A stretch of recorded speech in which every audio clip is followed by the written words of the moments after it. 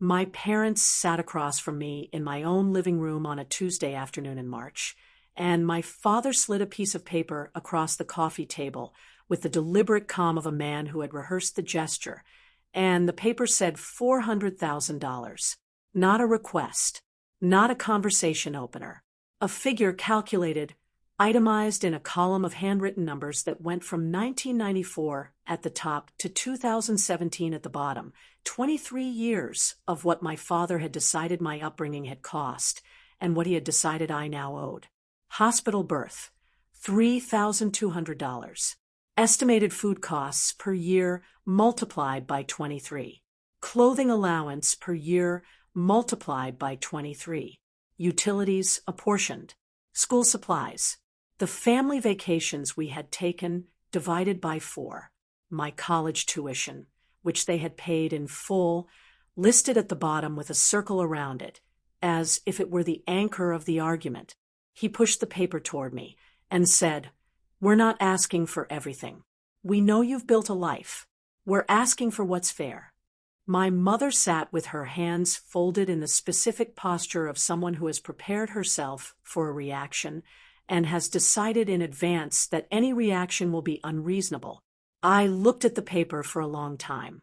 I thought about the house I had bought at 29, the mortgage I had qualified for on my own income, the savings account I had been building since my first real job at 22. I thought about my brother Eli, who had received the same upbringing, and who was currently living in my parents' basement at 31, rent-free for the 4th consecutive year, and whose name did not appear anywhere on the itemized list. I set the paper back on the table. I said, "I'm not going to pay this." My father said, "We raised you." I said, "I know." He said, "You owe us." I said, "I know you believe that." My mother said, "Every parent sacrifices. We gave you everything." I said, "I know you did." I said, "And I'm not paying this." I stood up. I said, "I'm going to ask you both to leave now." They left. My father took the paper with him.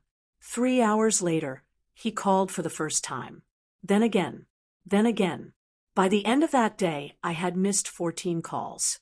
By the end of the first week, I had documented 41 missed calls and 7 voicemails. By the end of the first month, it was averaging 80 calls a day. What I did with those 80 calls, and what the attorney I hired in April found when she started looking at the financial history of the family I had grown up in, is the reason I am telling this story.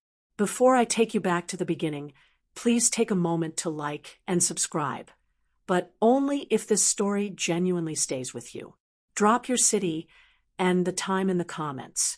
I always love knowing where you're watching from. My name is Audrey Voss. I'm 30 years old. I am a senior project manager at a civil engineering consulting firm in Richmond, Virginia. I manage infrastructure rehabilitation projects, bridges, water systems, the kind of work that exists because something that was built a long time ago needs to be understood and repaired before it fails.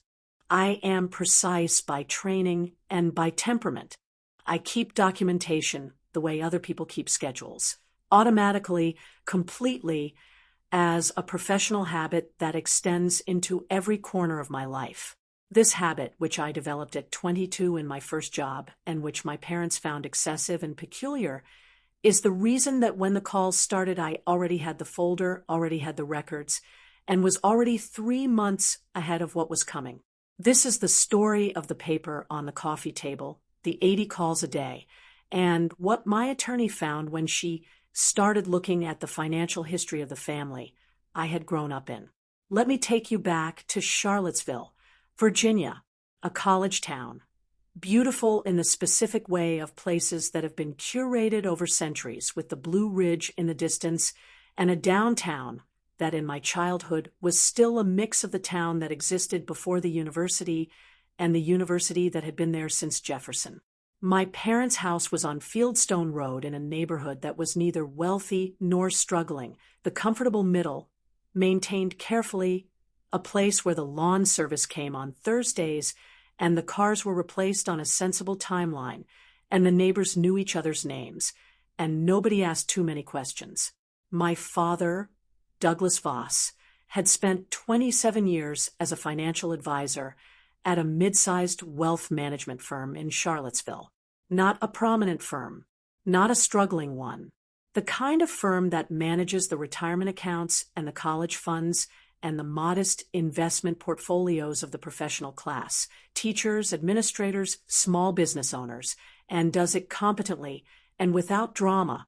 My father was good at his job in the specific way of people who understand numbers but apply them selectively, which is to say he was excellent at managing other people's money and less systematic about his own.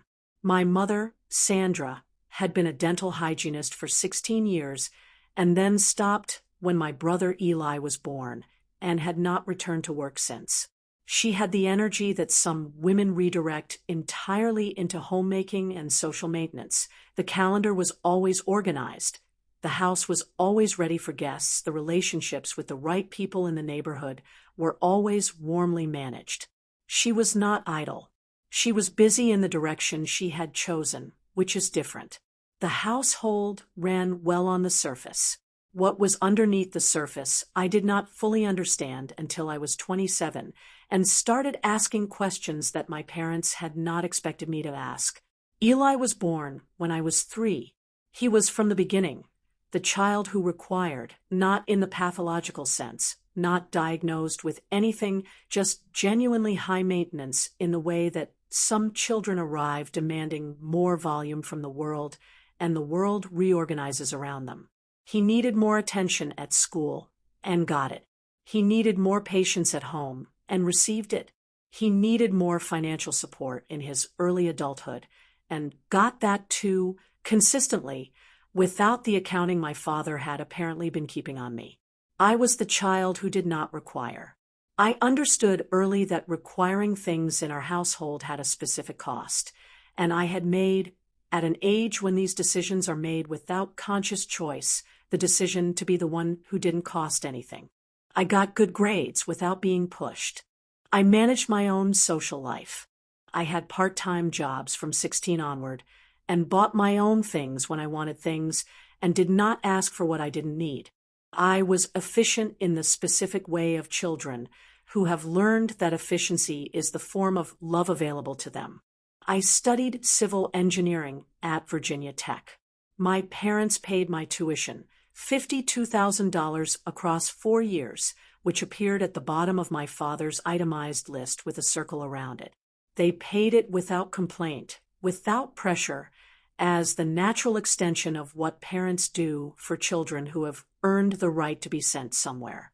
I worked 20 hours a week throughout college to cover my own living expenses and graduated in 4 years with a 3.9 GPA and no debt beyond what they had paid. I started at the engineering firm in Richmond at 22 at $58,000, which I understood was good for a starting salary, and which I treated accordingly. I built a budget the first month, established an emergency fund by month 6, and began contributing 12% to my retirement account at month 7 because the company matched up to 8, and I was not going to leave 4% on the table. I was good with money. I had learned this skill in the specific way that children learn the skills their households don't model, by watching what happened without the skill and deciding to do differently. My parents' finances, I began to understand around the time I was 27, were not organized the way a financial advisor's finances should be organized. I noticed it first through small things. My father had retired at 62, earlier than I had expected, earlier than the retirement timeline he had described to me when I was in college.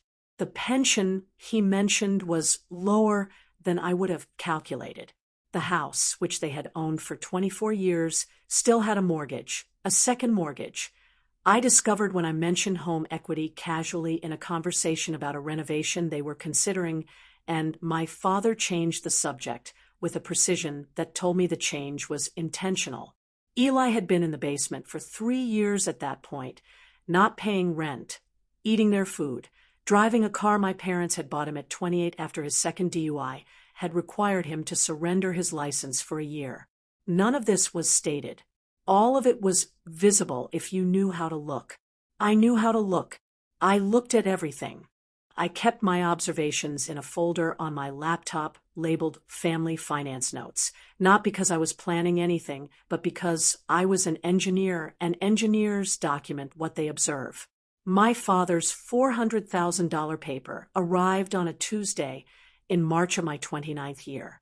He and my mother had called the week before to say they needed to talk to me about something important. I had driven the 94 miles from Richmond to Charlottesville with the specific alertness of someone who has been watching the numbers and knows that a conversation about money is overdue. I had not anticipated the paper. I want to describe the paper precisely because the precision is relevant. It was a single sheet of standard printer paper, handwritten in my father's neat block letters. He had beautiful handwriting. My father, the handwriting of a man who had spent decades annotating financial documents. The categories were medical costs, birth and early childhood, $14,800. Food, estimated annual cost per child, 23 years, $47,150. Clothing, estimated annual per child, 23 years, $18,400. Housing, a portion share of mortgage and utilities, 23 years, $68,750. Transportation, a portion share of family vehicles, 23 years, $24,600. Activities and extracurriculars, $11,200. School supplies and materials, $8,300. Family vacations, a portion share, $7,900. College tuition, paid in full, $52,000. Miscellaneous parental investment, $18,000. Subtotal, $271,100. Interest, compounded at 6% from birth, $133,900. Total, $405,000. Amount requested, $400,000. He had rounded down $5,000 as a gesture of reasonableness. I looked at this paper for a long time. I was sitting on my own couch in my own house, which I had purchased 8 months earlier with a down payment of $42,000 I had saved over 7 years. My father, who managed other people's investments for a living, was asking me to pay him $400,000 for the cost of existing in his household for 23 years. I said, "Eli lives in your basement." My father said, "Eli has different circumstances." I said, "What circumstances?" My mother said, "Eli has struggled. You know that." I said, "I know that. I'm asking why his existence in your household is different from mine." My father said, "This isn't about Eli." I said, "It is though." He said, "You owe us, Audrey. We gave you everything. You have a house and a career and a savings account, and all of it was possible because of what we invested in you. We are asking for fair compensation." I looked at my mother. My mother looked at the table. I said, "I'm not going to pay this." I said it once, clearly, without raising my voice. I said, "I'm going to ask you both to leave." They left. My father took the paper. I went to my desk, opened my documentation folder, and created a new subfolder. I labeled it $400,000 demand, March. The calls started that evening. I want to tell you exactly what 80 calls a day sounds like. It does not sound like 80 calls. It sounds like a phone that never stops. It sounds like a notification every 11 minutes at its worst, every 7 minutes during the peak hours of 10 to 2, when my father had apparently decided this was the productive window. It sounds like my phone on silent on my desk while I worked, and the screen lighting up. Dad, Dad, Mom, Dad, Dad, Mom, Dad. It sounds like my work colleague Priya asking if I was all right on day 4 because I had checked my phone 11 times during a 1-hour meeting, and my face had a quality she had not seen before. It sounds like sitting in my car in the parking garage at 6 p.m. for 20 minutes before going inside my own house because I needed to be somewhere that was not ringing. I documented every call, date, time, duration if answered, content if answered. I had answered the first 3. The first call, my father, asking if I had thought about it. I said, I don't need time to think about it. He said, you're being unreasonable. I said, I've been very reasonable. I've asked you to leave twice. He said, we'll keep calling until you understand what you owe us. I said, okay. I hung up. I documented the call. I did not answer the next call, or the next 77 calls that came in the following 24 hours. On day 3, I called my best friend Tamsin Reeves, who had been my closest friend since we were assigned adjacent lab benches in our sophomore thermodynamics course, and who had the specific combination of engineering precision and human clarity that made her exactly the right call when something needed to be both felt and solved. I told her everything. She said, tell me the volume. I told her the numbers, the calls per day, the total in 3 days, the 7 voicemails which I had transcribed in full. She said, Audrey, this is harassment. I said, I know. She said, you need an attorney. I said, I know. She said, not eventually. Now. I said, I have an appointment on Friday. The attorney's name was Celeste Okafor. She practiced civil and family law in Richmond, had been recommended by a colleague at my firm who had used her in a property dispute, and had the specific quality I needed in that moment. She was unshockable. I laid out the paper, the calls, the documentation folder, and the family financial observations I had been keeping for 2 years, and she read through all of it without changing her expression once. When she finished, she said, tell me about the brother. I told her about Eli. She said, and the second mortgage. I told her what I knew about the second mortgage. She said, do you have any knowledge of your father's retirement accounts? I said, only what he's mentioned in conversation, which I've documented. She said, I'd like to look at something. She said, with your permission, I'd like to run a public records search on your parents' financial filings. I said, what are you looking for? She said, I'll know it when I find it. She said, in the meantime, the calls. How many today? I said, 22 before noon. She said, I'm going to send a cease and desist letter today that will either stop the calls or accelerate them. I said, which is more likely? She said, with someone who itemized 23 years of parenting expenses and called it fair compensation. She said, accelerate. She was right. The cease and desist letter arrived at my parents' house on a Saturday. My father called 47 times on Saturday. He called 39 times on Sunday. He called 83 times on Monday, which was the peak. Celeste, who had told me to document everything and had given me a specific format for doing it, received my documentation log for Monday and said, this is enough for a harassment order if we need it. She said, let me show you what I found first. Let me pause right here because I want to ask you something, and I want you to think about it before you answer in the comments. If you found out that a parent had been hiding a financial situation from you for years while simultaneously claiming you owed them money for your upbringing, would you have pursued the legal path, or would you have stopped at the cease and desist and called it enough? I have been asked this by everyone who knows this story, and the room always divides. Tell me where you land. What Celeste found was not complicated. It was in plain sight in the public record for anyone who knew where to look, which is what public records are: visible to anyone who cares to look and effectively invisible to anyone who doesn't think to. My father had borrowed against his retirement account 3 times in the previous 7 years. This was disclosed in the public filing of a civil judgment that had been entered against him in Albemarle County Circuit Court 2 years earlier. A judgment I had not known existed. A former client, a retired schoolteacher named Eleanor Marcus, had filed a civil complaint against my father and his firm for mismanagement of her investment portfolio. The firm had settled for $67,000.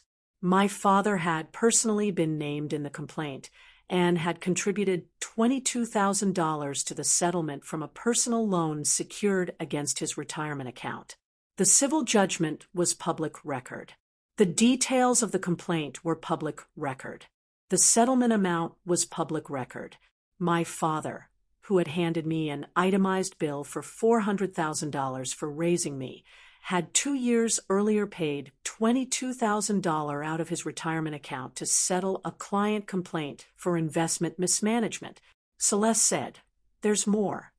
She said, "The second mortgage on the house, it was taken out 5 years ago. Amount, $89,000. The stated purpose in the loan documentation is debt consolidation." She said, "The total of what I can document in the public record as outstanding financial obligations your parents are managing, the mortgage, the retirement loan, the settlement, is approximately $180,000. She said, "I want to be careful here about what I am and am not saying." She said, "What I am saying is that your father handed you a bill for $400,000 while managing $180,000 in documented financial obligations he had not disclosed. What I am not saying is that there is a legal connection between those two facts." She said, "What I am saying is that the context matters."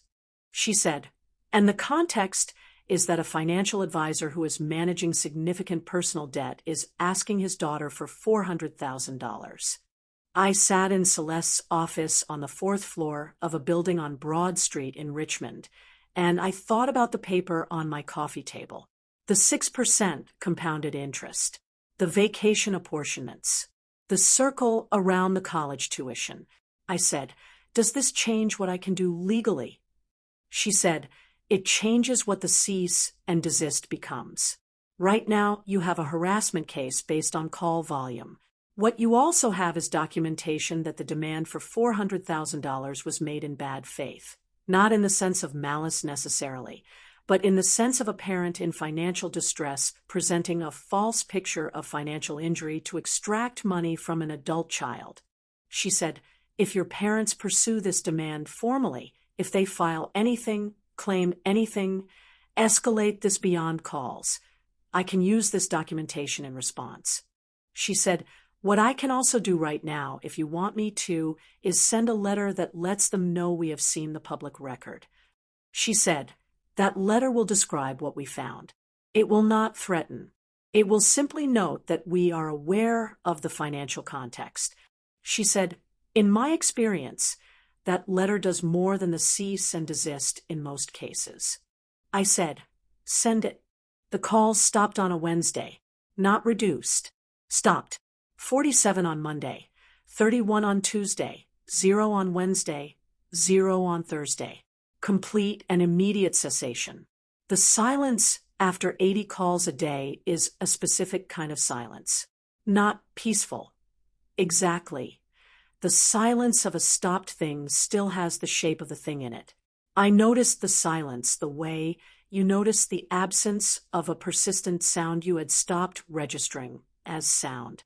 I sat at my desk on Wednesday afternoon and realized the screen had not lit up once since 8 in the morning, and I sat with that for a long time before I could identify what I was feeling, which was not relief exactly but something adjacent to it, the specific sensation of a load that has been removed being felt most clearly in the body that was carrying it. My father called once on Friday. One call. I answered it because one call is different from 80 calls. He said, "Audrey." I said, "Yes." He said, "I received the letter from your attorney." I said, "I know." He said, "You hired someone to look into our finances." I said, "I hired someone to document the harassment and protect my legal interests. What she found in the public record is public." He said nothing for a moment. I said, "Dad, I need to ask you something." He said, "Okay." I said, "Did you need the money?" He was quiet. Then, yes, I said, for the obligations Celeste found. He said, among other things. I said, then why didn't you just tell me that? He said, because telling you the truth about the finances would have meant telling you about Eleanor Marcus and the settlement and what led to it. He said, I didn't want you to know. I said, why? He said, because you would have seen me differently. I said, and instead you handed me a $400,000 invoice for raising me.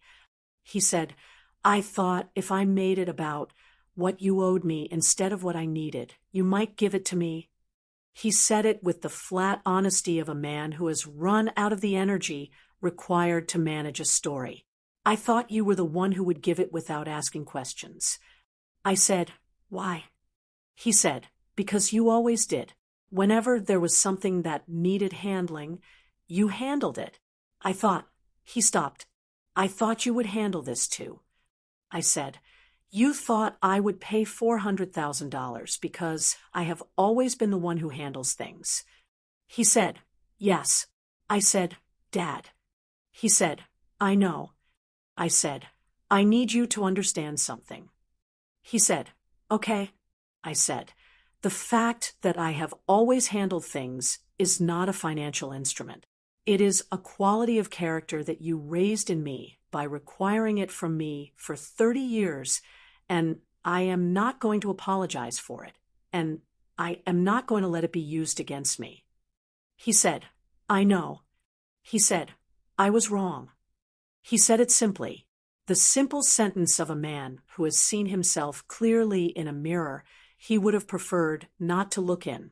I was wrong about the paper. I was wrong about the calls. I was wrong about all of it. He said, I'm sorry, Audrey. I said, I know you are. I said, what do you actually need? He said, what? I said, not $400,000. What do you actually need? He was quiet for a long time. Then he told me. I am not going to tell you what he told me in full because some of it belongs to him and some of it belongs to my mother, and the specific details of their financial situation are theirs to manage. What I will tell you is the shape of it. My father had made mistakes over several years, some of them professional and some of them personal, and the compounding of those mistakes had created a situation that he had been managing through concealment rather than through honest confrontation. And the concealment had been maintained through the fiction that the family's financial position was the children's problem rather than his. Eli had received money that had not been accounted for. I had been presented with a bill for my existence rather than a request for help. Both were versions of the same avoidance. What he actually needed, stripped of the paper and the interest calculations and the itemized vacation apportionments, was help building a recovery plan, not $400,000. A plan. I am a project manager. I manage complex recovery projects for infrastructure that has been built a long time ago and is now compromised. This is, in a structural sense, exactly what my father's situation was. I said, if you will be completely honest with me about the full picture, everything, not the managed version, I will help you build a plan. He said, why would you do that after what I did? I said, because you are my father, and because I am good at this, and because the alternative is watching you manage this badly for 10 more years. He said, that's a hard thing to say. I said, you've been doing hard things badly for 10 years. I'm offering to help you do them well. He said, okay. He said, everything? I said, everything. He said, that's going to take a while. I said, I know. Set up the meeting. Bring the documents. Let me tell you what happened after the documents arrived. The full picture was not as catastrophic as the worst version I had imagined. The debts were real, the retirement loan, the second mortgage, the judgment. There were also assets. The house had equity beyond the second mortgage. My father's remaining retirement balance, damaged but not destroyed. A small investment account that had been the one thing managed conservatively. The picture was recoverable. It required a 4-year plan with specific milestones, a restructuring of the second mortgage, a debt repayment sequence that Celeste helped me structure so it was legally sound, and the complete cessation of any further financial support to Eli that was not tied to a specific outcome and a specific timeline. The Eli conversation was my mother's hardest moment. She sat at their kitchen table, not mine, theirs in Charlottesville, where she had been sitting for 16 years since she stopped working, and said, "He's our son." I said, "He is. And the best thing you can do for your son right now is stop subsidizing a situation that isn't working." I said, "You cannot afford to keep the basement the way it is and build a 4-year recovery plan." She said, "What will he do?" I said, "He will figure it out. The same way I figured things out." I said, "He has been able to not figure things out because you have been absorbing the cost of his not figuring them out. That cost is now larger than you can carry." She said, "He'll be angry." I said, "Yes." I said, "He will also eventually be fine, and you will be solvent." Eli moved out in August. He was angry. He called me twice, not 80 times, twice, to tell me I had destroyed the family. I said, "I helped build a plan that keeps the family's house in the family's name. I'd call that the opposite." He said, "You turned them against me." I said, "I helped them see what they could afford. That's not the same thing."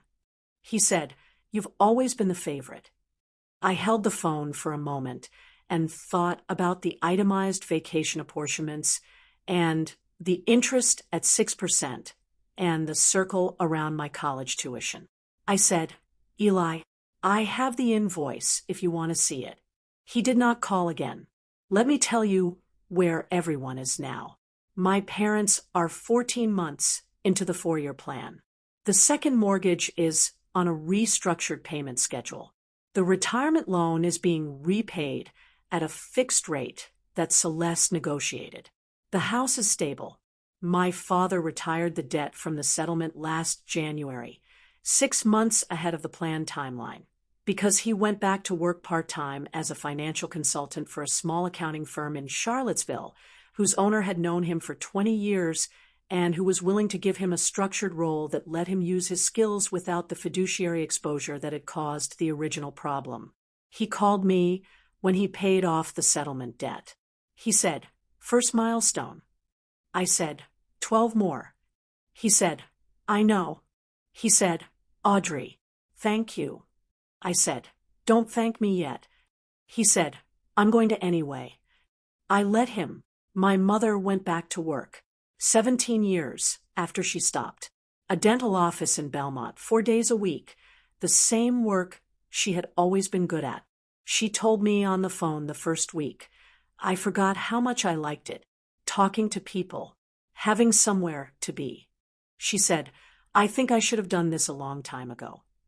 I said, "You're doing it now." She said, "I know." She said, "Audrey, what your father did with the paper, what I did by going along with it." She said, "I want you to know I knew it was wrong before he slid it across the table." I said, "When did you know?" She said, "When he made the list." I watched him make it, and I said, "Douglas, this is not the right approach."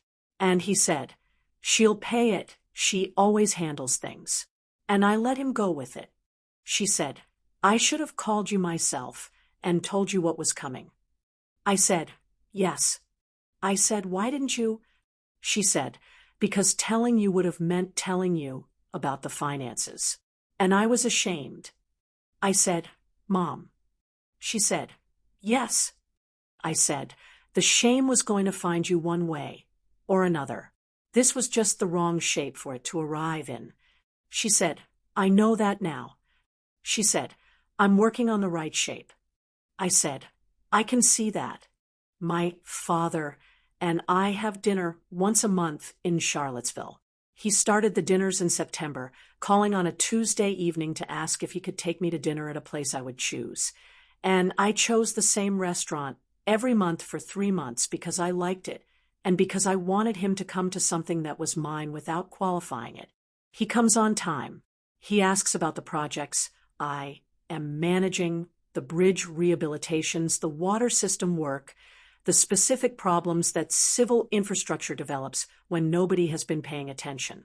He asks the way someone asks who has decided to actually understand rather than to appear interested.